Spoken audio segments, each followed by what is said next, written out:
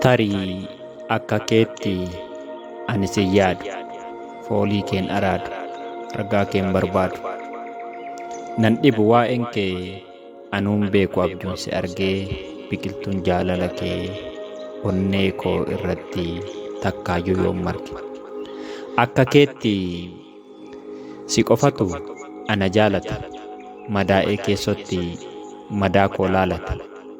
Namoota daandirra imalan waa'ee koo gaafata. Akka keetti miironni koo cufaadha, jaalala jechuun kan keetuma qofaadha. Garuu akkas miti, hubannaa keettu akkas ture malee, tilmaama keen adda'anii har'aa miti galee.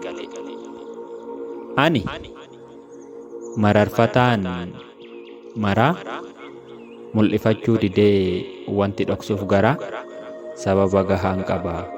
Kanaaf miirota koo ani hin baasne gabaa, wayiifan of qaba malee yaade miti daba.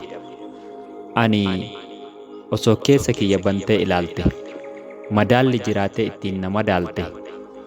Ani keessoon kiyyaayyuu jaalalaan tolfame, harka jaalalaatiin sirraa'ee soofame malee ani akka ati jettee sanaa miti.